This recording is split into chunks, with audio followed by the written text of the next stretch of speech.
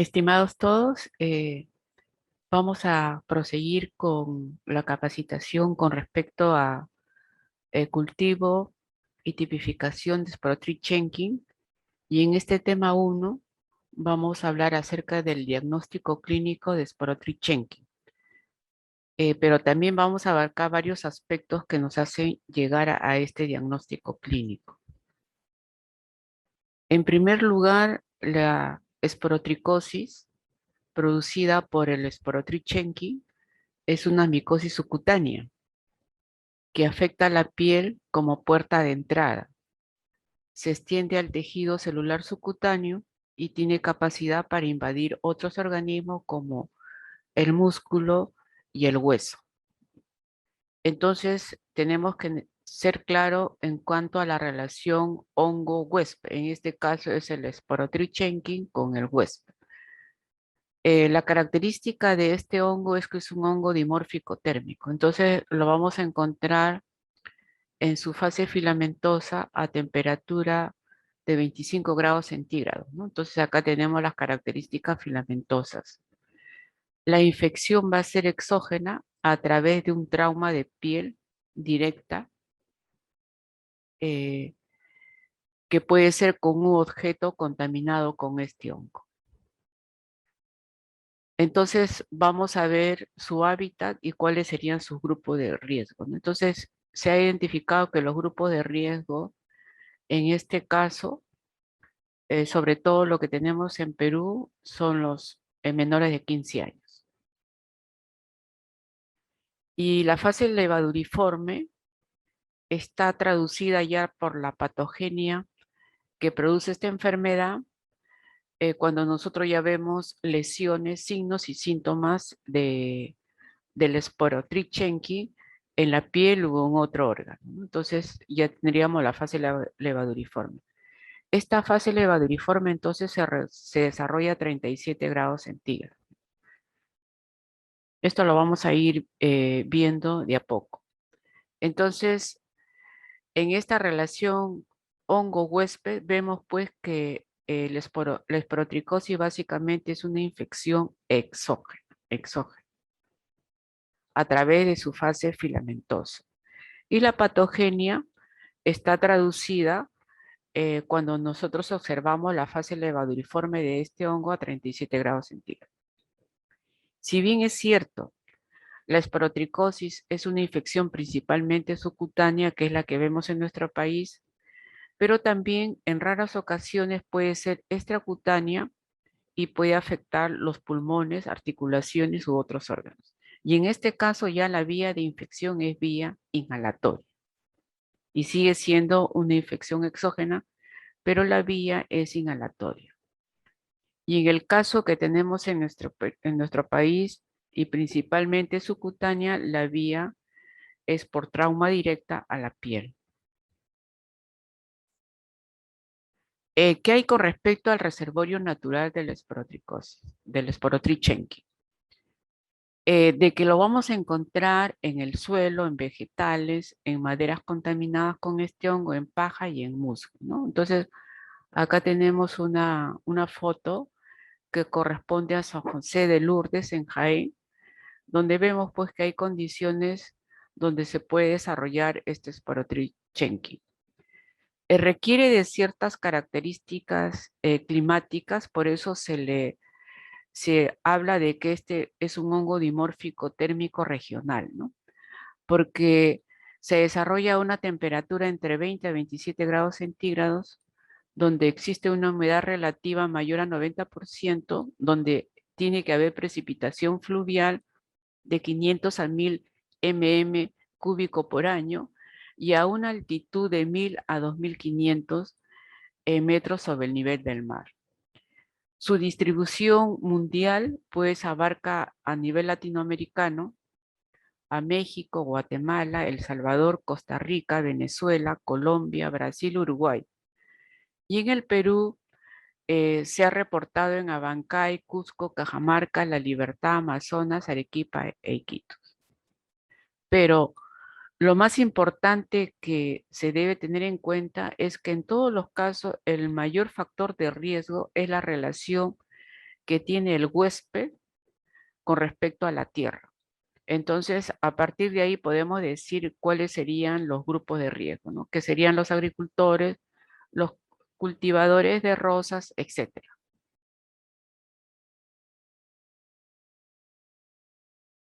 La epidemiología nacional en nuestro país es escasa. No se tiene una estadística general de vigilancia epidemiológica porque no se trata de una enfermedad de reporte obligatorio.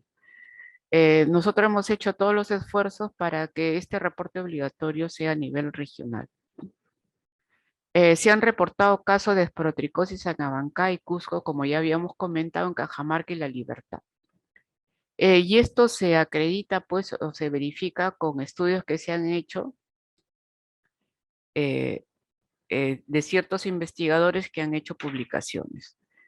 Los datos de esporotricosis como diagnóstico laboratorial que tenemos en nuestro Laboratorio de Referencia Nacional de Micología en el INS, en un periodo de 10 años, hemos tenido 472 casos, de los cuales 235 provienen de Abancay, que sería el 50%, y 204, que serían el 43%, viene de Cajamarca, ¿no?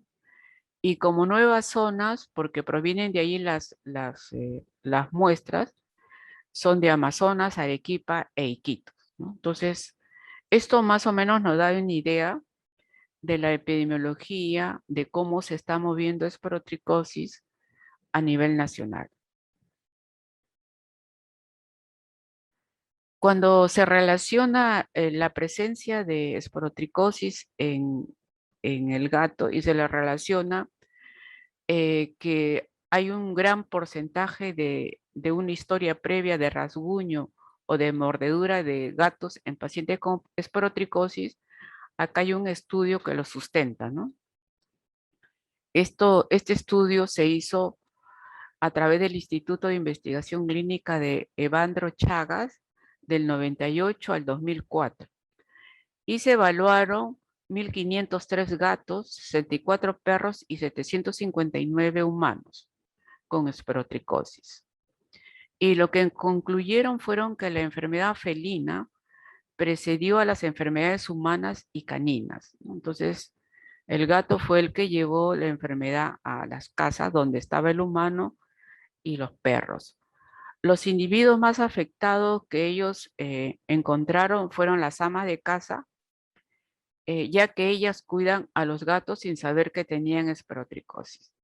Y gran porcentaje de los humanos que tenían esporotricosis tenían una historia de rasguño o de mordedura por estos gatos, ¿no? Que tenían esporotricosis.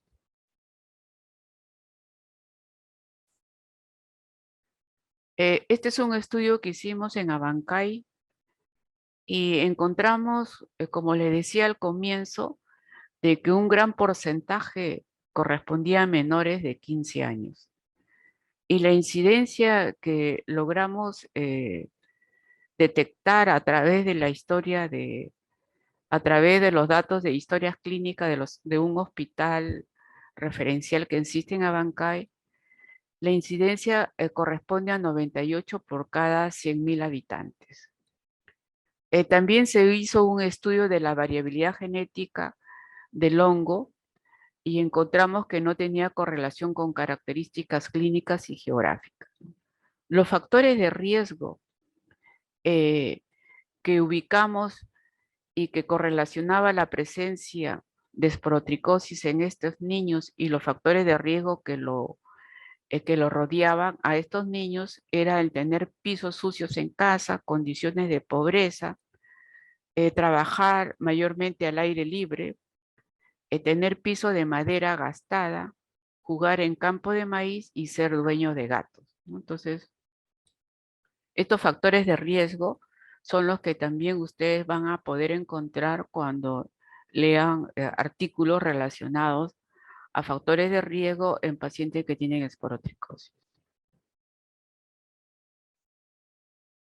Los factores de virulencia que también nos hacen entender esta enfermedad es que el ser hongo dimórfico térmico le da la característica importante para que pueda sobrevivir a 37 grados, que es la temperatura que tiene el huésped, ¿no? Y tiene la capacidad, pues, de mantenerse a esa temperatura y obtener sus nutrientes. También tiene como factor de riesgo la presencia de melanina en las colonias, ¿no? Que se observan con la pigmentación oscura que se observa en esta imagen donde vemos una placa Petri, donde hay un pigmento oscuro. Y esto no es más que la presencia de melanina en su pared. El, el pigmento oscuro que nosotros observamos se ubica en las conillas y se correlaciona de que puede tratarse y que se trata, mejor dicho, de cepas altamente virulentas. Por eso acá hemos puesto cepas patógenas. ¿Por qué? Porque se ha demostrado que tienen poca susceptibilidad al uso ultravioleta, a la ionización y acción de radicales libres, y es resistente a la fagocitosis. Entonces, todas estas características hacen que entender que un factor de virulencia es la presencia de melanina en las colonias con pigmento oscuro.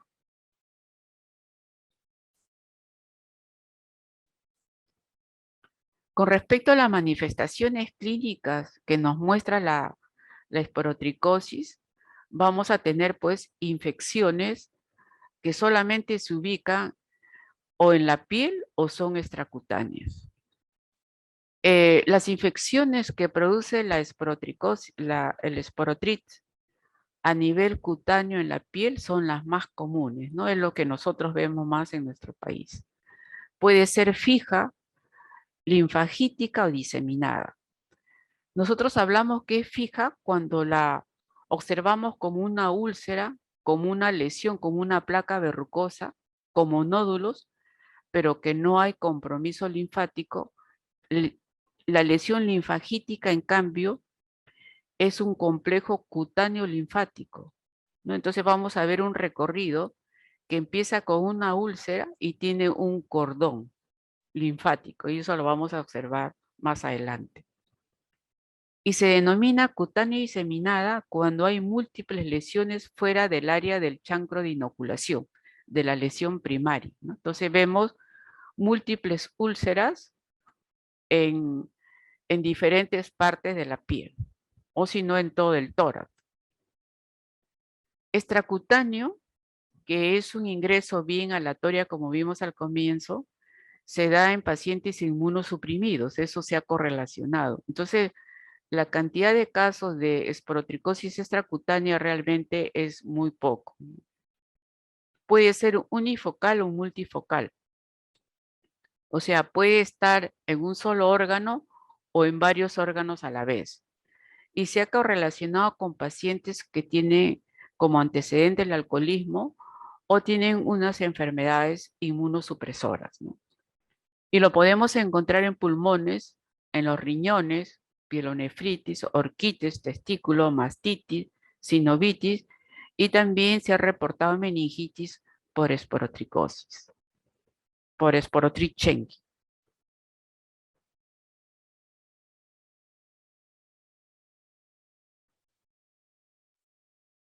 Acá tenemos imágenes de una lesión fija, ¿no? Entonces, en algunos libros le denomina primo infección. Entonces, acá tenemos una úlcera festoneada que tiene un fondo eh, oscuro y alrededor está rojizo. ¿Sí? Acá tenemos en diferentes partes. Acá tenemos una cutánea diseminada que probablemente estoy señalando todas las lesiones que corresponden a Sporotrichenki, y probablemente se ha obtenido porque ha habido múltiples traumas de la piel de manera directa. Puede ser alzando leña, ¿no? Atados de leña y colocadas en esta parte del cuerpo, y por eso ha habido múltiples inoculaciones de esporotriz a través de leña, etcétera. Otros libros también, o lo que nosotros hemos visto, es que a través del tiempo, si por ejemplo esta cutánea fija tiene un mes de evolución, y si seguimos al paciente o el paciente viene a los 3 meses, probablemente esta cutánea fija se convierta en una linfocutánea. O sea, ya va a haber una evolución. Y la evolución pues va a ser una esporotricosis cutánea linfática. Entonces acá, en esta imagen que estoy mostrando, sería la prima infección y acá estarían pequeños nódulos, ¿no? Acá se ve mucho mejor porque el paciente tiene mayor tiempo de evolución y por eso es que hay una prima infección, hay un recorrido linfático, pero ya todos estos nódulos eh, han erosionado y ya se ve como úlceras, ¿no? Úlceras múltiples. Y estas imágenes corresponden a cutánea linfática. Sin embargo, hay que considerar el diagnóstico diferencial, sobre todo cuando uno está en una zona donde no solamente hay esporotricosis, sino también hay leishmania y tenemos tuberculosis, ¿no? Entonces, por ejemplo, acá tenemos una paciente que tiene probada de manera verificada que se trata de una leishmania. Pero cuando vemos a otro paciente con esporotricosis cutánea fija, también tiene las mismas características. Claro, puede ser que algunas características, algunos signos nos pueden ayudar, pero de manera decidida, esto tiene que ser corroborada con el laboratorio. Entonces tenemos que considerar, en el caso de esporotricosis, tenemos que descartar leishmaniasis cutánea cuando estamos en una zona donde no solamente hay esporotricosis, sino también leishmania. En el caso de tuberculosis, se debe hacer un diagnóstico diferencial cuando estamos delante de una esporotricosis verrucosa única, que es una placa y está fisurada acá, ¿sí? Ha sido demostrada que se trata de una esporotricosis, pero hay que diferenciarla cuando tenemos también una tuberculosis cutánea, ¿no? Donde se ve pues que esta tuberculosis cutánea también se manifiesta como una placa verrucosa única. Entonces el diagnóstico diferencial es importante. Acá también nuevamente tenemos leishmaniosis, ¿no? Donde se ve pues una primoinfección y se ve un recorrido linfático. Y se trata de leishmaniosis. Y acá tenemos una esporotricosis cutánea linfática, donde vemos pues la cutánea fija, que en algún momento fue solamente cutánea fija, y con el transcurrir del tiempo se está convirtiendo en una cutánea linfática, ¿no? Que es el movimiento de la diseminación de esta enfermedad a nivel linfático. Entonces acá tenemos los nódulos.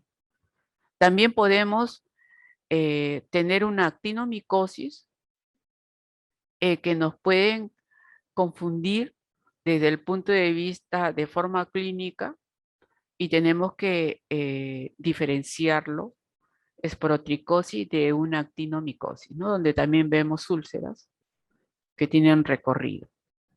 Pero en este caso tenemos fístulas y podemos tener gránulos también, ¿sí?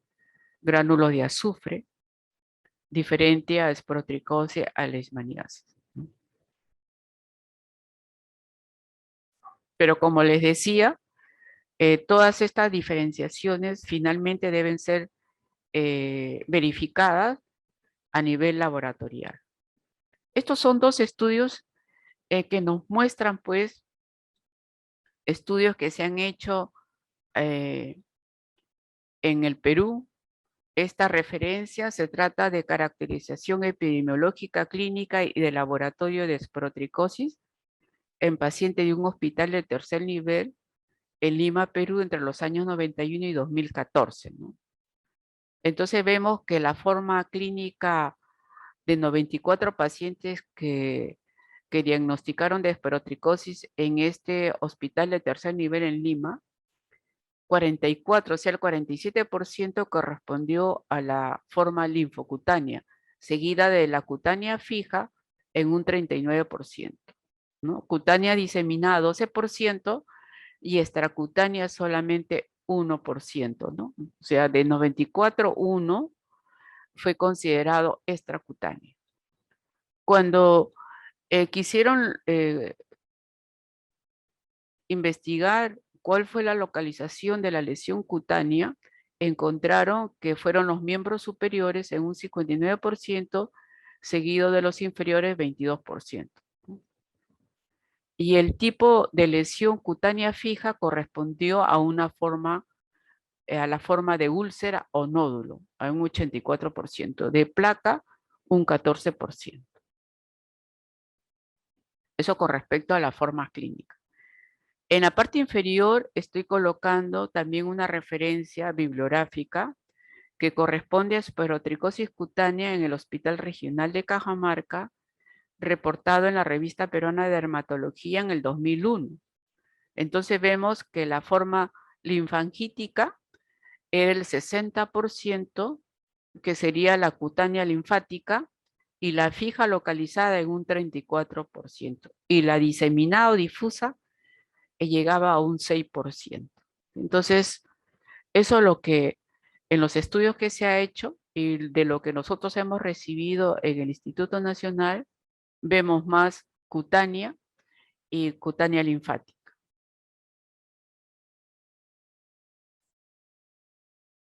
Con respecto a los exámenes de laboratorio de manera general, ¿qué se puede decir? Que se ha dado mucha la especificidad y sensibilidad del examen directo en la bibliografía, lo reportan como es que te llega solamente a una positividad de un 20%. Entonces, la pregunta es si tiene utilidad límite, que si tiene o no tiene utilidad. Entonces, acá esa pregunta se lo hacen varios investigadores y en este estudio demuestran que cuando la toma de muestra es de manera tradicional, o sea, por comprensión digital, simple o por hisopado, el examen directo con hidróxido de potasio, su positividad, a pesar de que se pueda aislar en el cultivo, solamente llega al 44%. Sin embargo, cuando la toma de muestra ha sido mejorada, ¿y en qué consiste la palabra mejorada? Primero que se hace una compresión digital en la zona donde se va a obtener la muestra, luego se hace una escarificación con la hoja de bisturí, se desecha la pus inicial y lo que se obtiene es una muestra más profunda y cero sanguinolenta. Esa es la que se debe utilizar para hacer el examen directo con hidróxido de potasio, ¿no? Entonces, a eso le denomina una toma de muestra mejorada. Esta muestra que se ha obtenido se prefija en un máximo de 5 láminas por cada enfermo estudiado. Así lo hicieron en este estudio y lo llevaron a una observación microscópica meticulosa y exhaustiva del campo total. Entonces, en esta diapositiva, la que está en medio y donde se encuentra la flecha roja y que está ha sido observada con hidróxido de potasio, se observa una acumulación acá que es considerado la presencia de cuerpo asteroide, ¿no? En esta muestra. En la parte inferior, esta muestra ha sido coloreada con paz. Entonces, la presencia del cuerpo asteroide en esta muestra paz positiva nos demuestra una levadura, la presencia de una levadura redonda o ovalada, rodeada de un material eosinófilo radiado, ¿no? Entonces, esto nos dice de manera sugestiva del que el paciente tiene en el examen directo compatible con esporotricosis. Pero se debe tener en cuenta también de que se puede observar en otras infecciones fúngicas. En la imagen de la izquierda, donde ustedes ven la flecha blanca, lo que nosotros estamos viendo es la presencia de levaduras, ¿no? De la forma levaduriforme de la lesión en la piel, que es la que hace la patogenia, ¿no? Entonces, acá también está teñida con paz. Entonces, cuando hacen la evaluación general de la toma de muestra que han hecho, han realizado la toma de muestra mejorada, el rendimiento logrado con el método mejorado llegó hasta un 94% versus el 44% cuando se hace una toma de muestra tradicional. Entonces, desde ese punto de vista, el examen directo, cuando se utiliza y se toma de manera adecuada, realmente su utilidad puede ser muy grande. Cuando ya evaluamos el cultivo micológico con respecto a la muestra de un paciente que probablemente tiene esporotricosis, podemos concluir que es el mejor método diagnóstico y es el más utilizado. Se logra el aislamiento en el 100% de los casos y es el método más seguro para el diagnóstico de esporotricosis. Y bueno, su crecimiento en los medios de cultivo puede variar desde el quinto día puede aparecer ya la colonia, pero tenemos que dejarlo hasta los 30 días. Cuando nosotros utilizamos el cultivo micológico para el diagnóstico de esporotricosis, tiene una especificidad de 100% y una sensibilidad de 94%. Lo importante en el cultivo micológico es demostrar que este hongo es dimórfico y es dimórfico térmico. Entonces, tenemos que demostrar la fase filamentosa cuando lo incubamos a 25 a 30 grados centígrados en agar saburoglucosado, en agar papa destroza. Entonces, el promedio en el cual se manifiesta el crecimiento es de 4 a 15 días.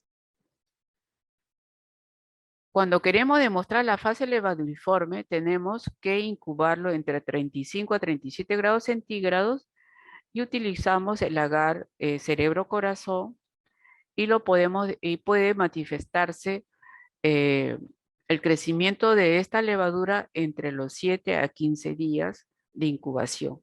Entonces acá tenemos la fase filamentosa, en medio ya ha aparecido la melanina, por eso ya se ha teñido de color oscuro. Y acá lo que estoy señalando a la derecha es la fase filamentosa donde vemos el típico forma de margarita, donde vamos a ver un conidióforo con microconillas alrededor. Entonces está la fase filamentosa.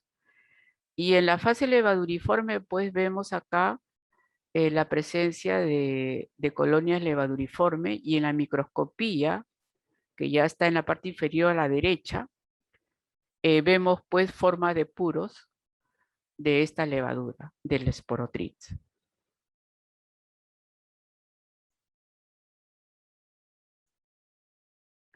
¿Qué otro diagnóstico podemos sumar para decir que el paciente tiene esporotricosis?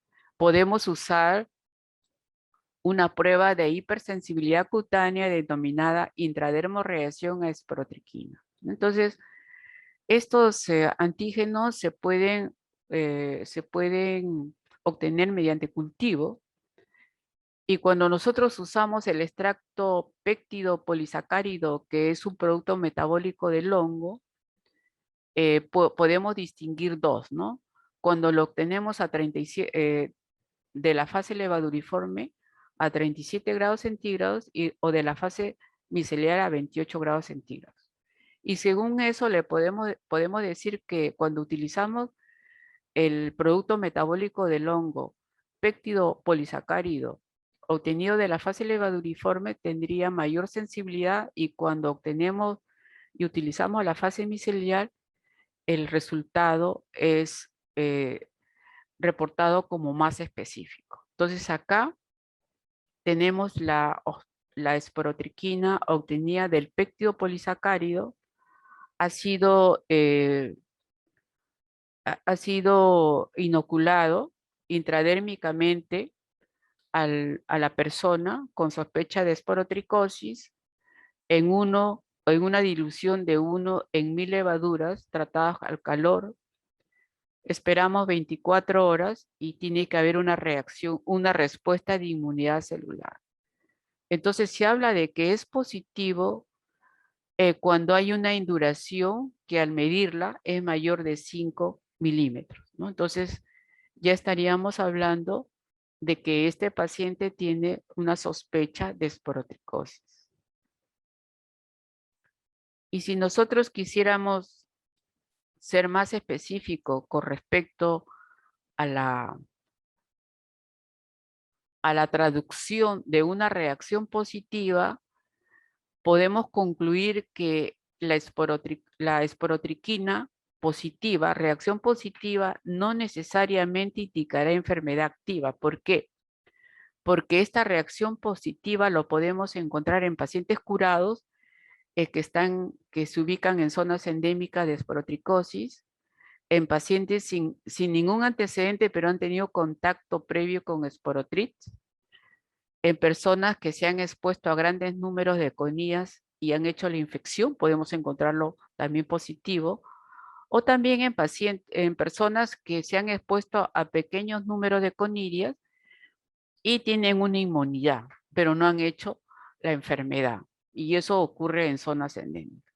En general, la esporotriquina se le da una sensibilidad del 76% y una especificidad del 100%, pero hay que tener en consideración esta traducción que se tiene que dar eh, cuando sale una reacción positiva. ¿Cuál sería la ventaja? La ventaja de utilizar esporotriquina, que es un método más rápido para diagnosticar esporotricosis en 24 a 48 horas. ¿Cuál es la desventaja?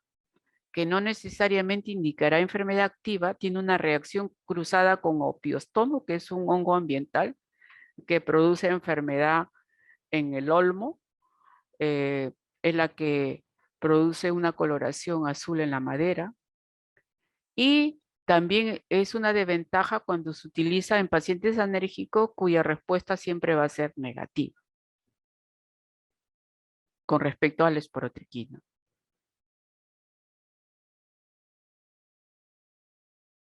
¿Existen pruebas serológicas? Sí, sí existen pruebas serológicas, ¿no? Relacionadas a la detención de antígenos, de anticuerpos en suero.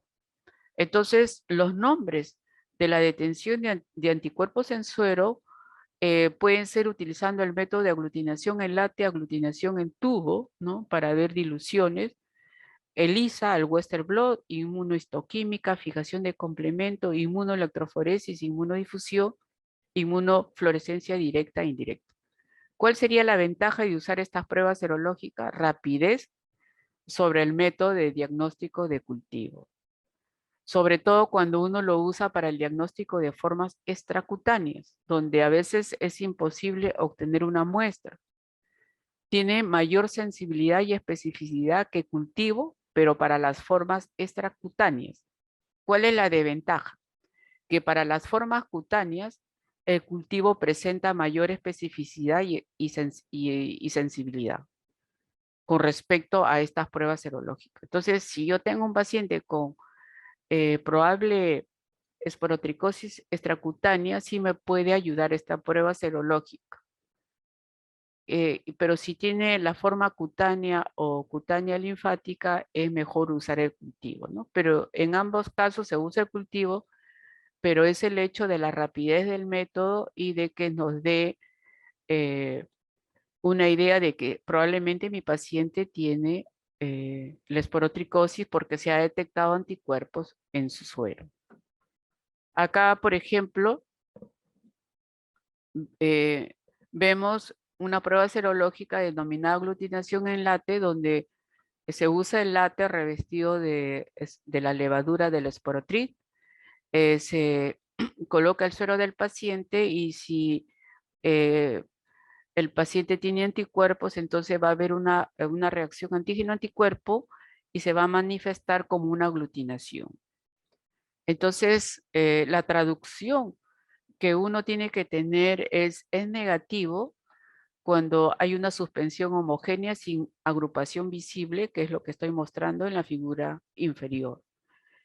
Y se da positividad de 1 al 4 cuando hay granulación, y esta granulación, que sería la aglutinación que se produce en esta reacción antígeno-anticuerpo, puede ser una granulación fina, pequeña, grande o muy grande, y de acuerdo a eso se le puede dar una puntuación de 1 positivo, 2 positivo, 3 positivo y 4 positivo.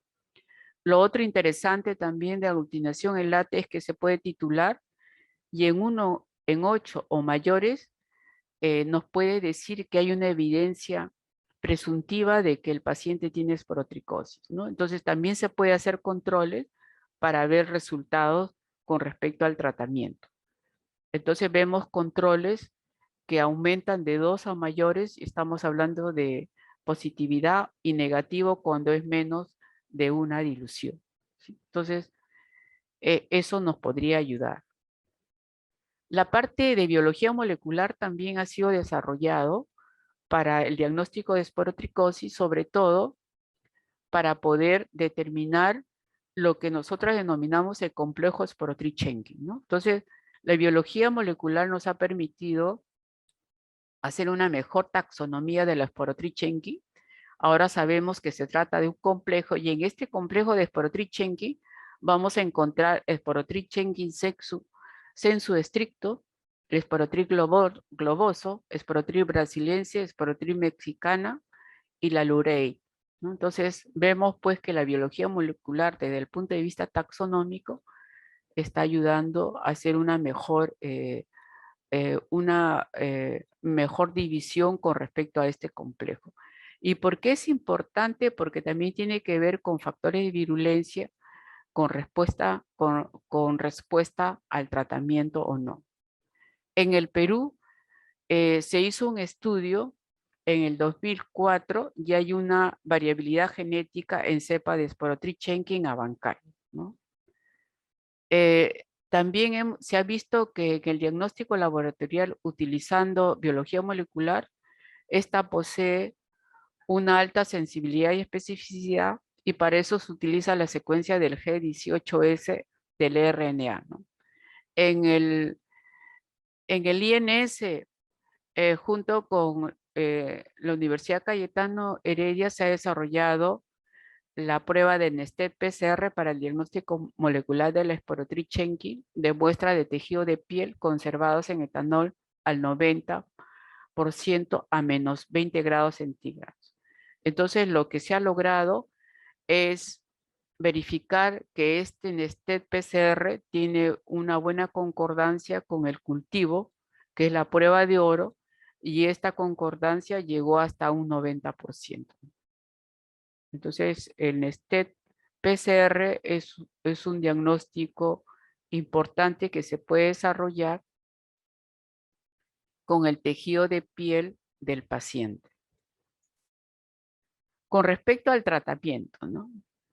Con respecto al tratamiento de esporotricosis, en el Perú, la primera elección es la solución saturada de yoduro de potasio, que viene como 50 miligramos por gota. Se inicia con 1 ml de esta solución 3 veces al día, vía oral. La dosis es diferente en niños que en adultos. En niños es de 1 a 3 gramos por día, y en el adulto puede llegar de 3 a 6 gramos por día. La dosis se incrementa gradualmente de 1.5 ml por día hasta llegar 25 a 40 gotas 3 veces al día en niños, y 40 a 50 gotas en adultos. Cuando uno llega a la dosis máxima tolerada por estas personas, debe continuarse al menos 4 semanas para lograr la cura. Su eficacia es excelente. No se ha demostrado que este yoduro tenga acción directa sobre el parásito, sobre este hongo parásito Sporotrichenkin, pero se ha visto que este yoduro interacciona con el huésped, aumenta su mecanismo de defensa específico e inespecífico, como son las enzimas proteolíticas, leucocitos, etcétera, que le ayudan a inhibir el crecimiento del sporotrichenkin, ¿no? A deglutirlo. Los efectos adversos de este yoduro de potasio van desde lagrimeo, cialorrea, diarreas, náuseas, dolor abdominal y cefalea. También altera la síntesis de hormona tiroidea, pero esta alteración puede ser remitida cuando se suspende el yoduro de potasio. Entonces, ¿qué alternativas se está teniendo ante este tratamiento, ¿no? Con yoduro de potasio? Entonces, se está tratando los pacientes con esporotricosis cutánea o linfática con itraconazol. En niños se está dando 5 miligramos por kilo por día y en adultos 200 miligramos por día. Y se continúa por 3 a 6 meses. Y la cura reportada es de 90 a 100%. También se indica que la terbinafina puede ser la siguiente opción y sería 200 miligramos por día y su resultado de curación llega a 92%. Fluconazol sería 400 miligramos por día por 6 meses. Se debe utilizar solo si los pacientes no toleran el tratamientos anteriores con itraconazol o terbinafina. ¿Por qué? Porque es menos efectiva. También se ha reportado que la termoterapia local puede curar hasta un 71%. Y esto se ha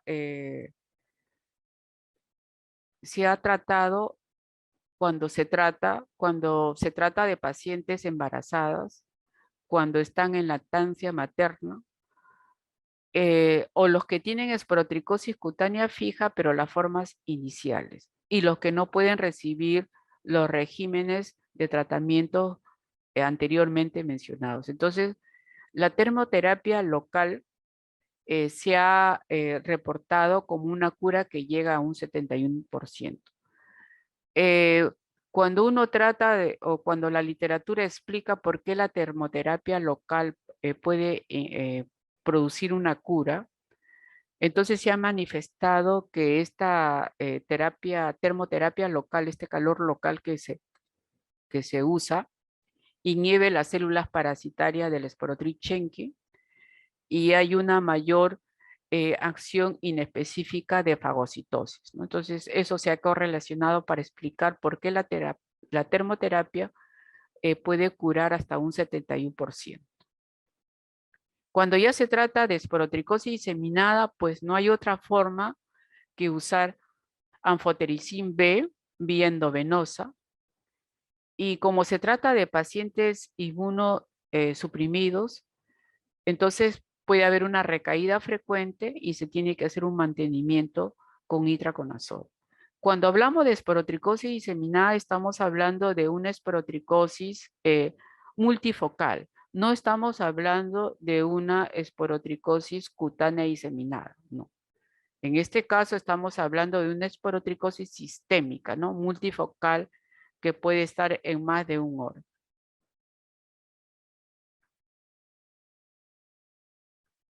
Entonces, solamente para darle las gracias por la participación con respecto a lo que es este programa al laboratorio del Hospital Docente Cajamarca por su participación. Acá les dejamos nuestras referencias. Este es el grupo de trabajo del Laboratorio de Referencia Nacional de Micología del INS, donde también están tanto tesistas como pasantes, ¿no? Y acá está el canal de Micología al Día para que ustedes puedan continuar con capacitación continua y decirles pues de que cualquier consulta lo pueden hacer a, a través del correo electrónico, ¿no? Muchas gracias.